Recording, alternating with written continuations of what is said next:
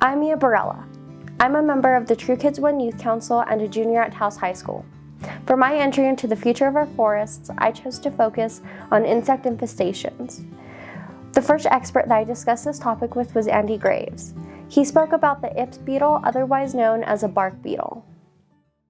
Can you tell me a little bit about what the Pinion IPS beetle is and what it does? Sure, so the Pinion IPS beetle is a bark beetle.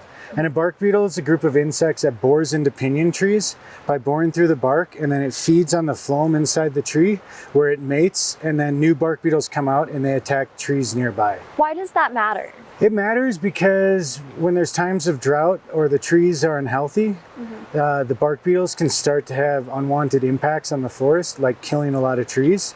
And how might this beetle influence the future of our forests, say in like 15 years?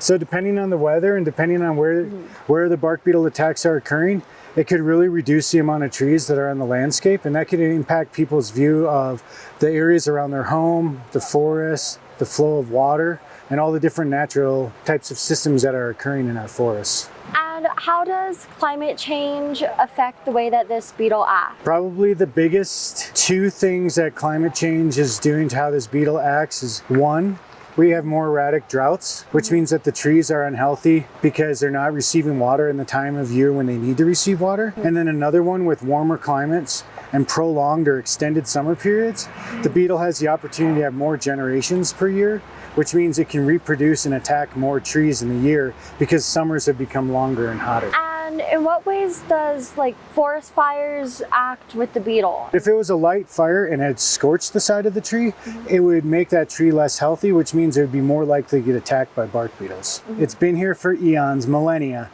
millions and millions of years it's been associated with this. When we have tree die-off, it can look quite dramatic to people who see it, because you see a forest of green trees and then you see these little pockets of orange and red trees.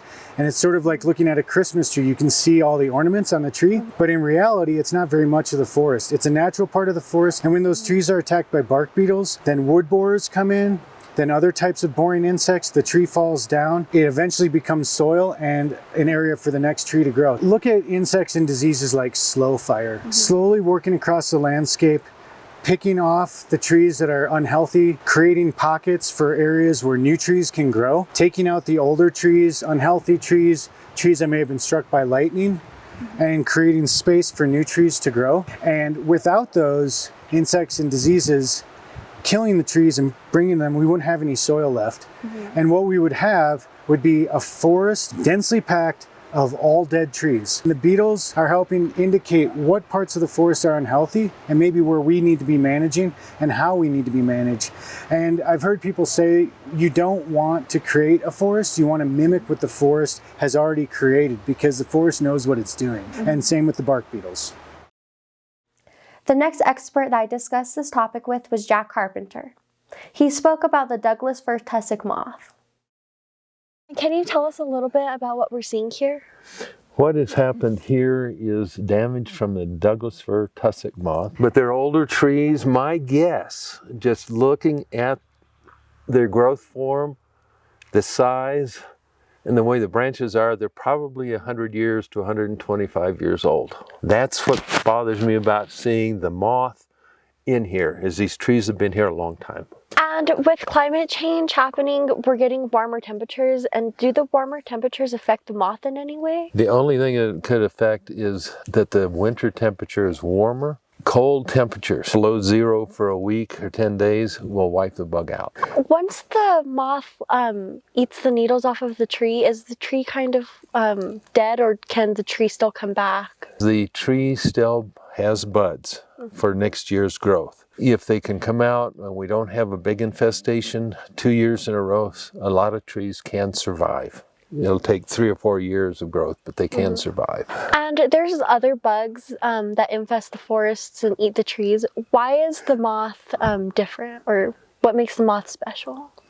This one, it just happens kind of out of the blue. You don't expect it, and then all of a sudden you see it, and the damage it does is so great. So the forest is dynamic, it changes all the time, and I expect that kind of thing to happen. I can't tell you exactly, but it's fun. It's fun to watch it change. And how does fire interact with the way that the moth behaves? The result is if fire doesn't get it, insects will build up and take the forest, and they thin it out. If we lose all the trees that are standing here, what do we do with them? If we let them fall, that's when your fire danger goes up. The larvae dropping from the tops of the trees. If we had light ground fires, a lot of the little small trees wouldn't be here. You'd have the big trees, so when they start dropping down, they go killer to the ground. And most of the larvae, if they hit the ground, the ants will kill them. The moth has always been here, but we just didn't see it. They'll be around, we'll have insects. If fire doesn't kill the forest, insects and disease will do something. Humans don't get in and do some treatment. What type of treatment can be done?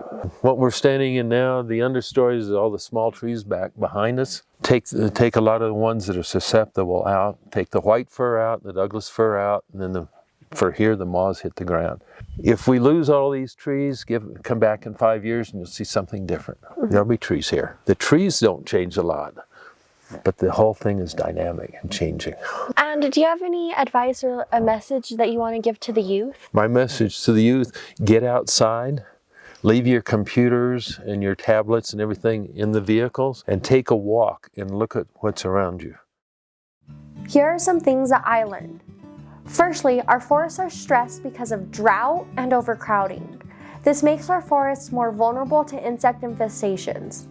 Secondly, going forward, it is important that we are aware of the role that insects play in our forests, that we get smart about the impact that this has, and ultimately, we accept that these are natural processes and the way of the forest.